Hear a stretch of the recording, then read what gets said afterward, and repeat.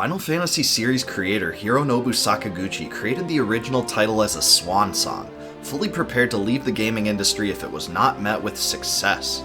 Fortunately, the original Final Fantasy attracted immense attention in Japan and established the basis for one of the biggest video game franchises in history. The game was released for the Famicom in 1987 and the Nintendo Entertainment Center in 1990. Since then, its popularity has led to its release on several other platforms as well. Even though the game's storyline seems mundane by today's standards, it was truly groundbreaking in a time where most RPG counterparts offered very little. In this video, I will explain the events of Final Fantasy from beginning to end, using the PSP version of the game as the basis. However, given that terminology differs between various releases, I will also use some terminology from the others.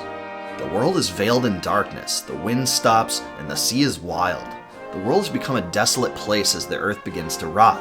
However, the people still remain hopeful that a legendary prophecy will come to fruition, that 4 warriors, each holding a crystal, will undertake a journey to restore the condition of the world. Foretold by the legendary sage Lucan, the warriors of light will return light to the crystals and in effect deliver peace to the world. Starting on their journey, the 4 youthful adventurers each hold a darkened crystal. 2,000 years in the past, the crystals shined with beauty from within, but in the current time, they contain only darkness. They venture to the nearby Corneria castle, where the king identifies them as the legendary warriors of light because of the crystals they are holding. The king complains that the evil knight Garland, a swordsman from the kingdom, has run away with his daughter Sarah.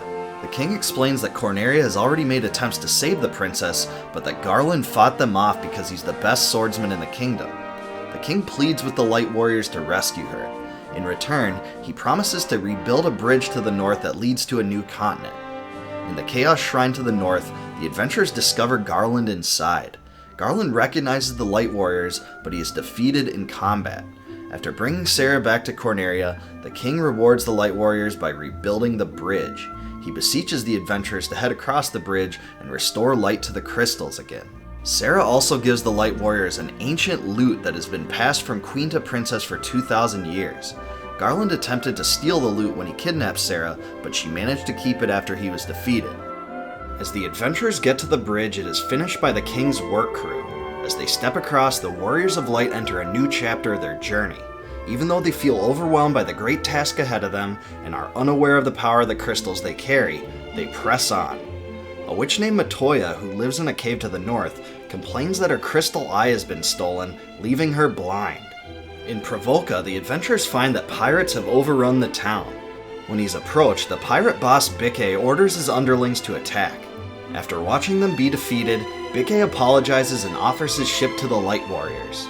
Now able to sail across the seas, the Light Warriors head westward to Elfheim and the Elven castle, where they discover that Astos has attacked the castle, placed the Elven prince under a curse, and ransacked the treasury. The Light Warriors also discover that Astos has tricked the king of the Western Keep, causing his kingdom to fall into ruin. He says that if his crown could be retrieved from the Marsh cave, he would be able to restore his kingdom to its former glory. The Light Warriors proceed to the Marsh cave, where they retrieve the stolen crown. When it is returned to the king of the Western Keep, he reveals himself to be Astos, the dark elf adversary of Elfheim. He says that he will combine the retrieved crown and the crystal eye he possesses to become the true elf king.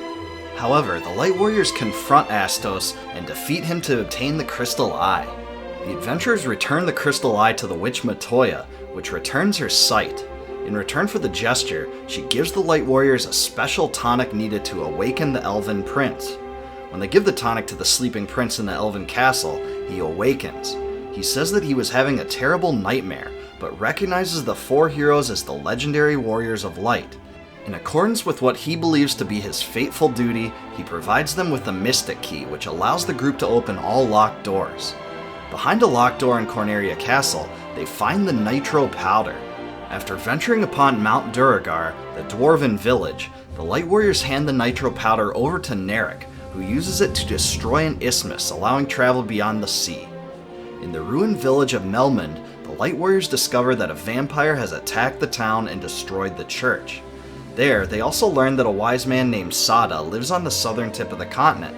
In addition, there is a giant in a nearby cave that eats precious gems. Venturing to the Earth Cave, the Light Warriors discover the vampire who attacked Melmond. He declares that all things in the world are destined for death, and that the earth will continue to rot. He also swears that the Light Warriors cannot change destiny, and that mortals cannot defeat the undead. However, the adventurers are able to overcome the vampire and obtain the Star Ruby from a nearby chest. They take the Star Ruby to a nearby cave where the Titan inside eats it. In the process, he moves out of the way so that the Light Warriors can proceed to the Sage's Cave on the southern tip of the continent. Inside, they find Sada, who recognizes them as the heroes of legend. He tells the party that the beast corrupting the Earth Crystal lurks deeper within the Earth Cavern. He gives the Light Warriors the Earth Rod, which can be used to reveal the passageway behind the vampire's chamber. Making their way deeper into the Earth Cavern, they find the Fiend of Earth, Lich, who appears from the void. He admits to feeding upon the power of the Earth and attacks the Light Warriors. When he is defeated, the once dimmed Earth Crystal is now filled with light and restored. The heroes make their way to Crescent Lake, where they find the Circle of Sages. There, they learn that the four fiends plan to rule the world and keep the crystals dormant. The sages ask the adventurers to defeat the fiends and return the crystals to the sages. Among them is Lucan, who predicted the emergence of the Warriors of Light to save the world. Another sage gives the party the canoe, which can be used to get to Mount Gulg, where the Fiend of Fire dwells. When they journey through the mountain and approach the Fire Crystal, Merilith, the Fiend of Fire, appears to confront the Light Warriors.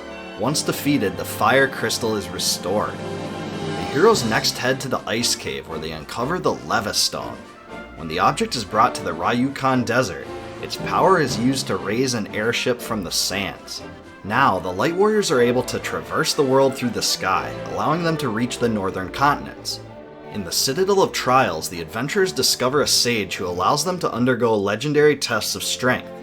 As they make it to the end of the Citadel, they find the Rat's Tail. When the object is taken to the Dragon Caves, they find Bahamut, the King of Dragons, who recognizes the courage of the party. Viewing the Rat's Tail as a sign of immense bravery, Bahamut gives the Light Warriors a gift of valor by granting them a class change. The warrior becomes a knight, the thief becomes a ninja, the monk becomes a master, the red mage becomes a red wizard, the white mage becomes a white wizard, and the black mage becomes a black wizard. In the village of Gaia, a fairy that the Light Warriors saved repays their kindness by giving Oxyale to the party. With the Oxyale, they can successfully gain entry to the Sunken Shrine. Inside, they recover the Rosetta Stone. Also lurking inside is the Fiend of Water, Kraken, who is guarding the Water Crystal. When he is bested, the Water Crystal is restored. When the Light Warriors return to Melmond, they hand the Rosetta Stone over to Dr. Une. The doctor is excited because the item makes it possible to decipher the Lufenian language. This grants the Light Warriors access to the town of Lufenia. When they enter the village, they find that the inhabitants are the descendants of the race that once lived among the clouds, and recognize the airship as an artifact built by one of their ancestors. One of the elders gives the party the chime, granting them access to the Mirage Tower. Inside, they find a portal to the Flying Fortress. Upon entering, they discover an observation window that allows them to view the entire world. Inside of a room, they find the Adamantite, a precious stone.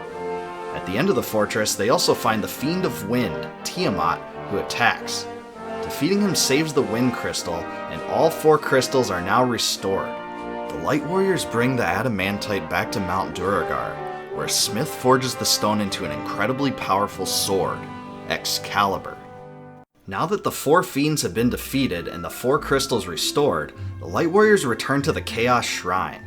There, they hold up each of the restored crystals, and the Black Crystal opens up a portal to 2,000 years in the past to the source of the Earth's decay. Proceeding through the ancient version of the Chaos Shrine, they find an ancient stone slab. There, they place Sarah's lute in front of it, opening up a secret passageway deeper inside. Within, they encounter and overcome ancient forms of each of the four fiends: Lich, the Fiend of Earth; Kraken, the Fiend of Water; Merilith, the Fiend of Fire; and Tiamat, the Fiend of Wind. When they are conquered for good, the adventurers make it to the last chamber of the Chaos Shrine.